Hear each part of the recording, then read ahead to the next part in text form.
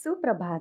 मन धागा धागा जोडते नवा मालिकेच्या आजच्या भागामध्ये मानमोडे हे सार्थकला विचारत असतात की आता चल खरं खरं काय ते सांग आणि गुन्हा कबूल करून टाक की तूच त्या अंशुमनचा खून केला आहेस. तेव्हा सार्थक म्हणतो की नाही, मी त्याचा खून केलाच नाहीये, मी गुन्हेगारच नाहीये, तर मी काय कबूल करणार. त्याच वेळेला मानमोडे म्हणतात की हे बघ, मी आता तुला प्रेमाने विचारतोय, खरं तर तुला पोलीस कस्टडीत रिमांडमध्ये ठेवलंय आणि जर मला 3rd डिग्री यूज करायला लागली तर मग असे गुन्हेगार पटापट बोलून टाकतात. जे काही आहे ते त्यांच्या तोंडातून पटापट सुटायला लागतं. म्हणूनच मला त्या डिग्रीचा वापर करायला लावू नकोस. लवकरात लवकर मला सांग की तू गुन्हा केला आहेस की नाही ती. तेव्हा सार्थक म्हणतो की सर, तुम्ही काही केलं तरीही सत्य हेच असणार आहे की मी काहीच केलेलं नाही आहे. त्याला मी फक्त डांबून ठेवलं होतं आणि त्यानंतर लग्न झाल्यावर मी पोलिसांच्या हवाली त्याला करणारच होतो. तेव्हा लगेच मानमोडे म्हणतात की अगोदरच जर हवाली केलं असतास तर ही सिच्युएशन आली नसती. काय ना, तुमचा पोलिसांवर विश्वास नसतो म्हणूनच हे सगळं होतंय. सार्थक म्हणतो की आहे विश्वास पण. तेव्हा मानमोडे म्हणतात की ही केस ना मला जरा आता वेगळी वाटते.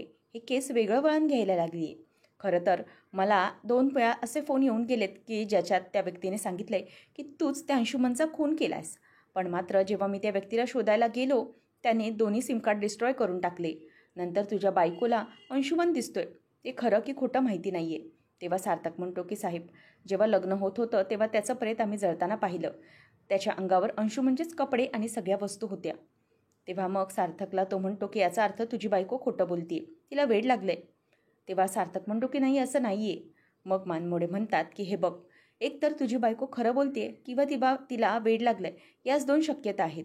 तर मलाच या शोधायचे आहेत की नेमकं काय आहे ते.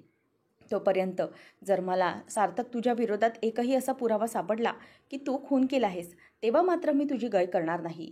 तेव्हा मी तुला सोडणार नाही, लक्षात ठेव, असं मानमोडे आता धमकी देतात. सार्थकला त्याची धमकी समजलेली असते. सार्थक काहीच बोलत नाही. मानमोडे निघून जातात.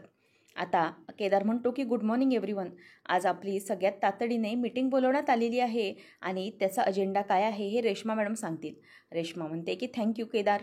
चला, आजच्या मीटिंगचा अजेंडा असा आहे की सार्थक राजाध्यक्ष आपल्या कंपनीचे CEO सध्या जेलमध्ये आहेत आणि त्यांना रिमांडवर ठेवण्यात आलं आहे. त्याचप्रमाणे त्यांच्यावर मर्डर केस आहे, त्यांनी मर्डर केलं आहे अशी केस त्यांच्यावर टाकण्यात आली आहे. तर अशा परिस्थितीमध्ये कंपनीची जबाबदारी कोणीतरी सांभाळणं गरजेचं आहे. कंपनीचे निर्णय घ्यावे लागणार आहेत. म्हणूनच CEO पदासाठी मी उभी राहिली आहे. कसं आहे ना, काम थांबायला नको, म्हणूनच मी CEO पदासाठी उभी आहे. तर याच्याबद्दल कोणाला काही प्रॉब्लेम आहे का? तर कोणीही काहीही बोलू शकता. तुम्हाला जर कोणाला आक्षेप असेल तर तसं तुम्ही सांगू शकता. त्याच वेळेला केदार म्हणतो की नाही, रेश्मा ही सार्थकची फ्रेंड आणि कलिग आहे. बिझनेस डिसिजन्स ती त्याच्यासोबत घेते, म्हणूनच सार्थक नाही तर ती ते बिझनेसचे डिसिजन्स नक्कीच घेऊ शकते, असं आता केदार म्हणतो. त्याच वेळेला तिथे आनंदी येते आणि म्हणते की आहे, मला ऑब्जेक्शन आहे. असं म्हटल्यावर सगळेजण तिच्याकडे बघायला लागतात आणि बेनारेंना तर आता मजाच आलेली असते. तेव्हा सगळेजण आनंदीचकडे पाहत असतात. आनंदी तिथून येते तेव्हा रेश्मा आणि केदार यांच्या चेहऱ्यावर चांगलेच 12 वाजलेले दिसतात. केदारला धक्का बसतो की ही ते आली कशी. रेश्मा आता आश्चर्याने केदारकडेच बघू लागते. आनंदी म्हणते, या डिसिजनबद्दल मला ऑब्जेक्शन आहे आणि मी सुद्धा बोर्ड ऑफ डायरेक्टर्सची एक मेंबर आहे आणि मी आनंदी सार्थक राज्याध्यक्ष आहे. मिसेस आनंदी सार्थक राज्याध्यक्ष. असं म्हटल्यावर रेश्मा तिच्याकडे बघतच राहते. आनंदी म्हणते की रेश्मा, जर इतकीच महत्त्वाची मीटिंग ठेवायची होती तर सगळ्यांना कंडक्ट का केलं गेलं नाही, सगळ्यांना बोलवलं का गेलं नाही. बोर्ड ऑफ डायरेक्टर्सची इतकी महत्त्वाची मीटिंग ठेवत असताना मला का बोलावलं गेलं नाही. जेव्हा काही डिसिजन घ्यायचा असतो तेव्हा सगळ्या बोर्ड मेंबर्सला बोलवावं लागतं, पण मी बोर्ड मेंबर असूनही, या पॅनलवर असूनही तुम्ही मला बोलावलं नाही. हे सगळं तुम्ही केलं आहे ते तातडीने करण्यासाठी केलं आहे की जाणीवपूर्वक केलं आहे, असा सगळा प्रश्न आनंदी ही रेश्मासमोर उपस्थित करते आणि केदार आणि रेश्माकडे ती बघतच राहते.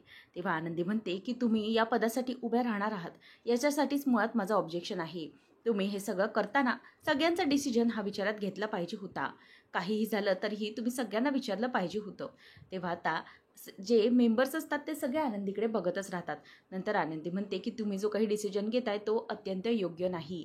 तेव्हा रेश्मा म्हणते की हे बघा, आता मी जे सांगते ते आपण कंटिन्यू करूया. आपला जो मीटिंगचा अजेंडा होता ना त्याच्याकडे लक्ष देऊया. हिच्या बोलण्याकडे अजिबात लक्ष देऊ नका तुम्ही. त्यावेळेला आता रेश्माच्या असा म्हणण्यावरती लगेचच एक व्यक्ती म्हणतात की नाही, असं होऊ शकत नाही. आनंदी मॅडम म्हणतात तेही योग्यच आहे. कसं आहे ना, ते पण बोर्ड ऑफ डायरेक्टर्सच्या मेंबर आहेत, त्याच्यामुळे त्यांनाही बोलण्याचा संपूर्ण अधिकार आहे, म्हणून त्यांना बोलू द्यावं. तेव्हा सावंत साहेबही म्हणतात की हो बरोबर आहे आनंदी मॅडमचं, त्या बोर्ड ऑफ डायरेक्टर्सच्या मेंबर आहेत, त्यांचाही अधिकारच आहे बोलण्याचा आणि त्यांचाही हक्कच आहे. तेव्हा नेहा मॅडमही म्हणतात की हो बरोबर आनंदी, तुमचा हक्क आहे, तुम्ही बोलू शकता. तेव्हा आता आनंदी म्हणते की थँक्यू.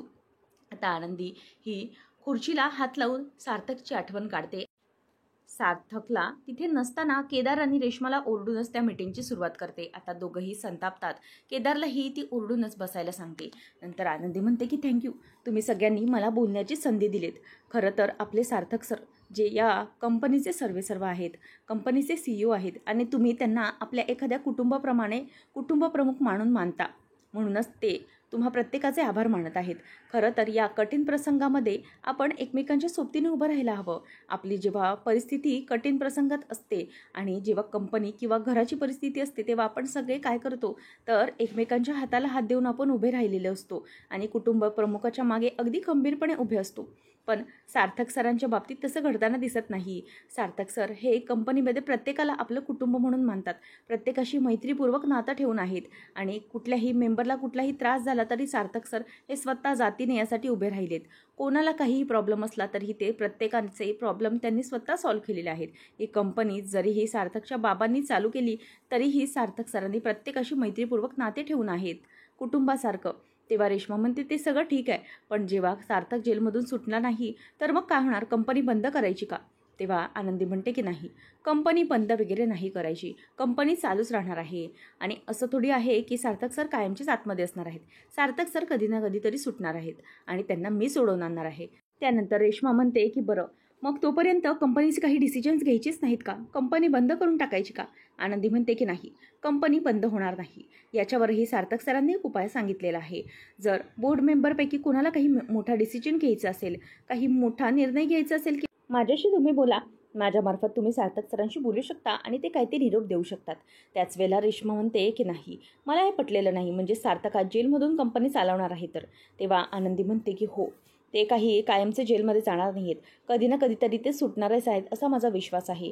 म्हणूनच आता मी एवढंच सांगू इच्छिते की सार्थक सरांना समजून घ्यावं आणि त्यांच्यावरती तुम्ही विश्वास दाखवावा. रेश्मा म्हणते की नाही, मला हे अजिबात पटलेलं नाही, म्हणूनच कंपनीचे निर्णय घेण्यासाठी मी योग्य आहे आणि माझ्याकडे क्रेडिबल आहे, म्हणूनच मी या कंपनीची CEO सार्थक नंतर होऊ शकते. त्याच वेळेला आता सगळेजण बघत राहतात. आनंदी म्हणते की नाही, माझा विरोध आहे या सगळ्याला. त्यावेळेला केदार म्हणतो की मी तर तुझ्या बाजूने आहे. तेव्हा तो थँक्यू केदार असं म्हणते. नंतर बाकीचे सगळे मेंबर्स हे विरोध दर्शवायला लागतात.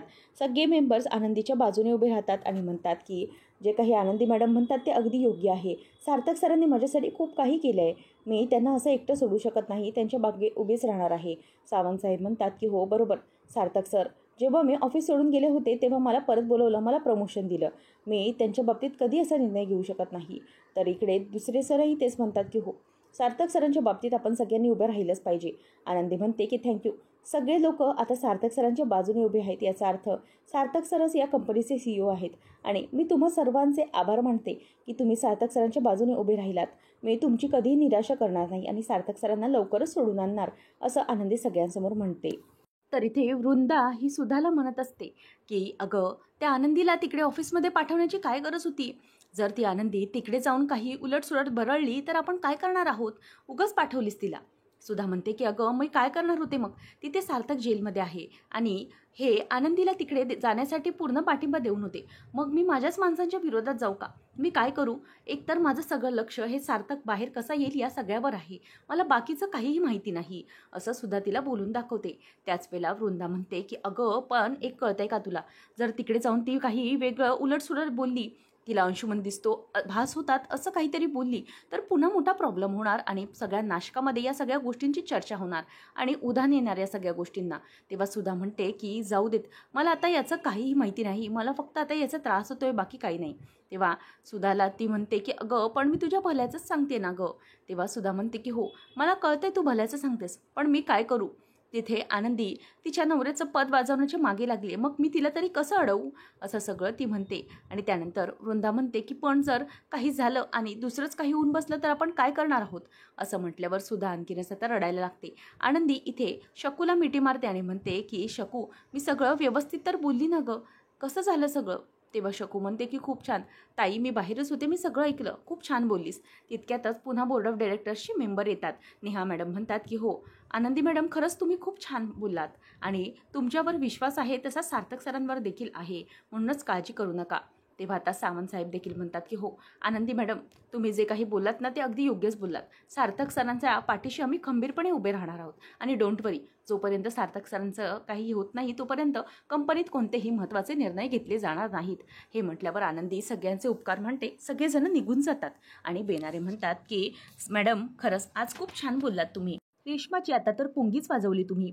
नंतर आता आनंदी म्हणते की बरं शकू, तू घरी जा आणि सगळं व्यवस्थित कामाकडे नीट लक्ष दे हा, आणि सगळं आई अण्णांना सांग काय घडलंय ते. नंतर आता शकू निघून जाते. आनंदीही जाणार. तितक्यातच मागून रेश्मा येते. रेश्मा म्हणते की आनंदी, हे जे काही तू केलंयस ना ते योग्य केलं नाहीस, याचे परिणाम तुला भोगावेच लागणार आहेत. तेव्हा आनंदी म्हणते की हे बघ रेश्मा, काही झालं ना तरीही सत्याची बाजू ही मोठी असते. तू किती डावपेच करण्याचा प्रयत्न कर, पण नेहमी वाईटावर चांगल्याची मात होते आणि चांगल्याचाच विजय होतो. आणि हे जे सगळे लोक सार्थक सरांना पाठिंबा देऊन गेलेत ना, त्यांच्यासाठी सार्थक सरांनी खूप सपोर्ट केलेला आहे. म्हणूनच आज त्यांच्या बाजूने सगळे उभे आहेत. म्हणूनच विचार कर, तू ही जर अशी वागायला लागलीस, प्रत्येकाला सपोर्ट देत राहिलीस, तर हे लोक उद्या तुझ्या बाजूने उभे राहतील. नंतर आता अरविंद येतो. तो म्हणतो की अगं सुधा, एक मोठी आनंदाची बातमी आहे. अगं आनंदीने काय ऑफिसमध्ये जादू केली म्हणून सांगू, मला बेनारींचा फोन आला होता. सार्थकचा CEO पद तिने वाचवलेलं आहे. हे ऐकल्यावर सुधा म्हणते की अहो काय सांगताय काय. ती खूपच खुश होते. तेव्हा अरविंद म्हणतात की हो, मी तुला सांगितलं होतं ना आनंदी सार्थकच्या हातून काही जाऊ देणार नाही. खरं तर आनंदी आपल्या घरची लक्ष्मीच आहे. तेव्हा सुधाही ते मान्य करते. अरविंद म्हणतात की अगं जा शलाका, पहिले जा आणि साखर घेऊन ये, देवापुढे साखर ठेवूया. तेव्हा अरविंद म्हणतात की मी तुला सांगितलं होतं ना आनंदी सगळं काही व्यवस्थित करणार, फक्त तिला वेळ दिला पाहिजे, बाकी काही नाही. अगं मला खूपच आनंद झालाय. शेवटी आनंदीने सार्थकचं पद वाचवलंच कंपनीतलं, म्हणजे आपलं सार्थकच आता CEO राहणार. त्यानंतर दोघेही देवाला साखर ठेवायला जातात. वृंदा म्हणते की झालं, ही आनंदी आता पुन्हा जिंकली. नंतर म्हणते की घे आनंदीच्या विजयाची साखर खा. तेव्हा ती म्हणते की नाही, एक वेळेस मी विष खाणं पत्करेन, पण त्या आनंदीच्या विजयाची साखर मुळीच मी खाणार नाही. तेव्हा मग शलाका म्हणते की आता काय करायचं, आनंदी पुन्हा जिंकली, रेश्माही आता हरली. तेव्हा वृंदा म्हणते की आता आपण असा मोठा डाव टाकायचा की आनंदी तिथून बाहेर आलीच नाही पाहिजे. आणि आता ती खूपच संतापलेली असते. शकूने सगळा घडलेला प्रकार सांगितलेला असतो. अण्णा आणि मालती खुश झालेले असतात. अण्णांना आनंदी ताईने असं केलं तसं केलं असं शकू सांगत असते. ती म्हणते की त्या रेश्मा मॅडमचा चेहरा तर बघण्यासारखा झालेला. आनंदीताईच्या चेहऱ्यावर तर आनंद होताच, तिच्या चेहऱ्यावर चांगले 12 वाजलेले होते. ते काय म्हणतात, आनंदीताई एकदम टू द पॉईंट बोलत होती, सार्थक सरांसारखीच. तेव्हा आता मालती म्हणते की हो, सार्थक सरांबरोबर राहून आनंदी पण हुशार झाली नाही, आनंदी पण तसंच बोलायला शिकलेली आहे. तेव्हा आता शकू म्हणते की हो ना, सगळ्यांची तोंड बंद केली आणि सगळे जर सार्थक सरांच्या बाजूने उभे राहिलेत. तेव्हा मनोज चिडून म्हणतो की झालं तुमचं, स्वतःच्या बुडाखाली किती आग लागली आहे ते बघण्याचं सोडून दुसऱ्यांच्या कंपनी वाचण्याची मजा काय लुटताय तुम्ही. तुम्हाला कळतंय का, आता ती रेश्मा आणखी चवताळणार आणि आपल्यावर ते आणखी मोठा राग काढणार. तेव्हा मग मनोजला अण्णा म्हणतात की अरे मग काय आनंदीने गप्प बसून राहायचं का, ती रेश्मा म्हणते ते काही ऐकून घ्यायचं का. मनोज म्हणतो की तसं नाही, पण आता 10 करोड रुपये कसे देणार आहात ते बघा, असं म्हणून तो निघून जातो. पुढच्या भागामध्ये आनंदीला सार्थक म्हणत असतो की आज तुम्ही होतात म्हणून सगळं वाचवू शकलात, नाही तर काय झालं असतं. तेव्हा आनंदी म्हणते की सार्थक सर, पण तसं नाही होणार आहे ना, तुम्ही काळजी करू नका, असं काही बोलू नका आणि काहीही वाईट घडणार नाही आहे, तुम्हीही लवकरात लवकर इथून सुटून बाहेर येणार आहातच, असं सार्थकला आनंदी विश्वास देत असते. आणि सार्थकला आनंदीच्या त्या बोलण्याचं खूपच बरं वाटत असतं आणि आनंदीचा तो आत्मविश्वास पाहून सार्थकही खुश झालेला असतो. नंतर रेश्मा ही अंशुमनला म्हणत असते की हे बघ, आता यावेळेला काही चूक नाही झाली पाहिजे, त्या आनंदीने मला सगळ्यांसमोर चॅलेंज दिलं काय, आता बघतेच मी की ती कशी जिंकते ते, आणि यावेळेला काहीच चूक नाही झाली पाहिजे. अंशुमन म्हणतो की मॅडम आता तुम्ही काळजीच करू नका, मी सगळं काही व्यवस्थित करतो, काहीही पुरावा मागे ठेवणार नाही. तेव्हा रेश्मा आता बघतच राहते. अशाच मालिकांच्या अपडेटसाठी आताच आपल्या चॅनलला सबस्क्राईब नक्की करा.